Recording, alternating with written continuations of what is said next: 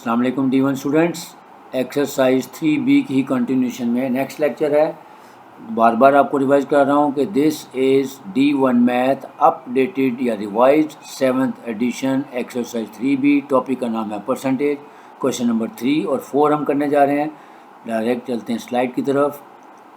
Question number 3 ये आपके सामने आ गया स्क्रीन पे। इसको थोड़ा जूम कर लेते हैं ताकि स्टडी करने में, रीडिंग करने में आसानी हो जाए। An elastic band which is 72 centimeter long is stretched कि एक इलास्टिक बैंड है जिसकी लेंथ 72 सेंटीमीटर है। उसको जब हमने स्ट्रेच किया तो उसकी लेंथ जो हो गई वो 90 सेंटीमीटर हो गई। फाइंड द परसेंटेज इंक्रीज, यानी ये फाइंड करना है कि कितने परसेंट उसकी लेंथ इंक्रीज हुई है। क्वेश्चन बहुत आसान है। सबसे पहले देखते हैं कि हमारे पास गिवन डाटा क्या है। ओरिजिनल लेंथ दी हुई है 72 सेंटीमीटर। अब हमने जब इसको स्ट्रेच किया तो इसकी जो न्यू लेंथ आ गई वो हो गई 90 सेंटीमीटर। तो अब हम देखेंगे कि कितना इंक्रीज हुआ है। ऑब्वियसली कि 90 सेंटीमीटर इंक्रीज हो गया गया जबकि ओरिजिनल लेंथ थी इसकी 72 centimetre. It means the increase in length would be 90 minus 72। So increase in length पहले निकाल लेते हैं कि increase in length is equal to 90 centimetre minus 72 which is equal to 18 centimetre. यानी वो इलास्टिक जिसकी ओरिजिनल लेंथ 72 सेंटीमीटर थी, stretch होने के बाद 90 सेंटीमीटर हो गई। तो इसका मतलब हो गया कि उसकी जो लेंथ में इंक्रीज़ हुआ है या इजाफा हुआ वो 18 सेंटीमीटर है। The original length was 72 centimetre. The stretch after stretching its length has become 90 centimeters, so increase in length is equal to 18 centimeter। अब हमने फाइंड क्या करना है, percentage increase in length find करनी है। तो फार्मूला क्या होता है कि जो इंक्रीज हुआ है वो और जो ओरिजिनल लेंथ थी वो, यानी increase divided by original length multiplied by 100%, तो परसेंटेज इंक्रीज आ जाएगी। इसी तरह अगर डिक्रीज होती तो decrease in length divided by original length multiplied by 100 कर देते। लेकिन यहाँ पे क्योंकि हमने इंक्रीज निकालना है तो फार्मूला वही है कि increase divided by original length multiplied by 100%। ये फार्मूला आपके सामने लिख देता हूँ कि whenever we want to calculate percentage increase और डिक्रीज, इसका फार्मूला होगा increase divided by original value या ओरिजिनल जो भी चीज़ दी होगी, ओरिजिनल लेंथ, यहाँ पे लेंथ है तो हम लिखेंगे increase in length over original length multiplied by 100%। तो अब इसको हम कटिंग कर देंगे। 18 1s are 18 4s are और 4 से इसकी कटिंग कर दी तो 25% आंसर है। यानी वो इलास्टिक जिसकी ओरिजिनल लेंथ 72 सेंटीमीटर थी, after stretching its length has become 90 centimetre, means कि इसकी जो लेंथ में इजाफा हुआ है वो कितना हो गया, 25% इंक्रीज कर गया। अब चलते हैं क्वेश्चन नंबर 4 की तरफ। क्वेश्चन नंबर 4 को भी थोड़ा सा रीड कर लेते हैं। थोड़ा सा कॉम्प्लिकेटेड है, कॉम्प्लिकेटेड इन द सेंस कि उसकी स्टेटमेंट्स काफ़ी बड़ी है तो ज़्यादा उसको पहले समझना ज़रूरी है।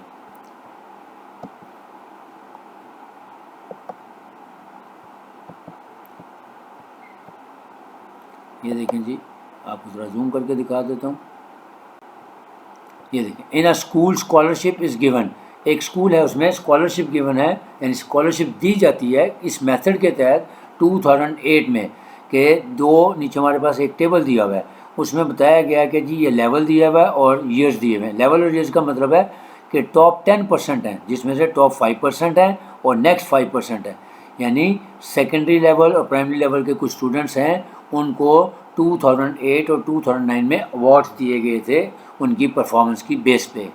अब यहाँ पे अवार्ड्स देने की अमाउंट भी लिखी गई है। देखें कि 2008 में जो टॉप 5% में प्राइमरी लेवल था 1 से लेकर 6 तक, उसमें अवार्ड दिया जाता था पाक रुपीज़ 3000, 3000, जबकि 2009 में वही अवार्ड जो है वो 4000 इंक्रीज़ हो गया। फिर सेकेंडरी लेवल जो 1 to 5 था वहाँ पे अवार्ड दिया जाता था 2008 में 5000, तो 2009 में हमने फाइंड करना है कि क्या होगा जो कंडीशन उसके मुताबिक। फिर जो नेक्स्ट 5% हैं उसमें प्राइमरी में 1 to 6 था पाक रुपीज़ 2500, जबकि 2009 में ये 3500 हो गया एंड सोन, जो आखिरी लेवल है वो भी दिया हुआ है। अब फाइंड क्या करना है, देखें दो चीज़ें दी हैं। तो पार्ट 1 है given that there was an increase of 30%, यानी 2008 के मुकाबले में 2009 में अवार्ड का जो परसेंटेज बढ़ा दी गई थी वो 30% इंक्रीज़ कर दी गई थी। जब 30% इंक्रीज़ कर दी गई थी तो क्या करना है, फाइंड करना है हमने सेकेंडरी लेवल, यानी 2009 का सेकेंडरी 1। ये देखें, ये 2009 है और ये है इसका सेकेंडरी 1, यानी इस लेवल पे आएगा ये सेकेंडरी 1। तो अब हमने ये बताना है, सॉरी ये है सेकेंडरी 1, ये देखें सेकेंडरी और 1। ये बताना है कि ये जो परसेंटेज इंक्रीज हुआ 30%, तो ये अमाउंट उसकी 2009 में क्या बनेगी, यानी इस ब्लैंक को आपने फिल करना है। और दूसरे पार्ट में लिखा हुआ है find the percentage increase in the value of award from 2008 to 2009 for a primary 4 standard of next 5%, यानी ये है हमारा नेक्स्ट 5%। इसका जो प्राइमरी 4 लेवल है, यानी प्राइमरी यानी 1 to 4, 1 to 6 है तो प्राइमरी 4 इसके दरमियान आएगा। अब हमें यह बताना है कि 2008 में जो अवार्ड की अमाउंट थी वो थी 2500। अब देखें 2009 में हो गई है 3500। ये बताना है कि ये कितने % इंक्रीज़ हुआ है। उम्मीद है रीडिंग कर ली, अब हम समझ आ गया। अब हम इसका देखते हैं, इसका पहले गिवन डाटा लिख लेते हैं कि स्कूल का जो एग्ज़ाम हुआ है जिसमें अवार्ड मिलने हैं 2008 में, तो पार्ट नंबर 1 है कि सेकेंडरी लेवल 1 पे हमने परसेंटेज निकालनी है। ये देखें जी, सेकेंडरी लेवल 1 इन टॉप 5%, यानी इस वाले पार्ट, ये जो सेकंड वाली है कि सेकेंडरी टॉप 5% के सेकेंडरी लेवल पे हमने वैल्यू निकालनी है। ये जो फिल इन द ब्लैंक है कि 2008 में थी अमाउंट हमारे पास 5000, तो 30% इंक्रीज़ होने के बाद ये 2009 में अमाउंट क्या बन जाएगी। तो देखें, सबसे पहले हम लिखेंगे कि अवार्ड इन 2008 कितना था, ₹5000।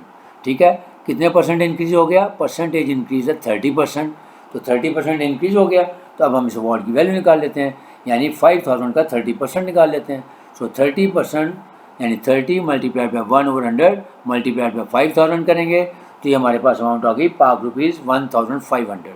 तो अब हम आराम से बता सकते हैं कि जो अवार्ड हमारे पास 5000 था इन 2008, उसकी अमाउंट अब इंक्रीज़ होके 5000 प्लस 1500 यानी 6500 हो जाएगी। ठीक हो गया। अब दूसरा तरीका कि जो आसान तरीका है उसको हम फैक्टर से निकाल सकते हैं। अगेन लिखेंगे अवार्ड इन 2008 था हमारे पास ₹5000। अब हम देखेंगे परसेंटेज इंक्रीज़ कितना हुआ, 30%।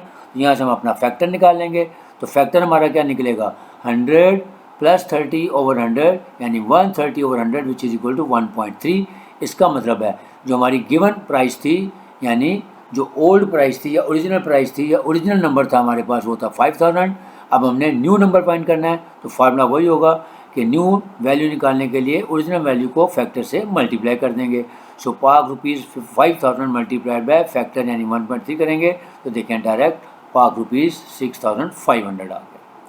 अब इसका पार्ट नंबर बी देखते हैं।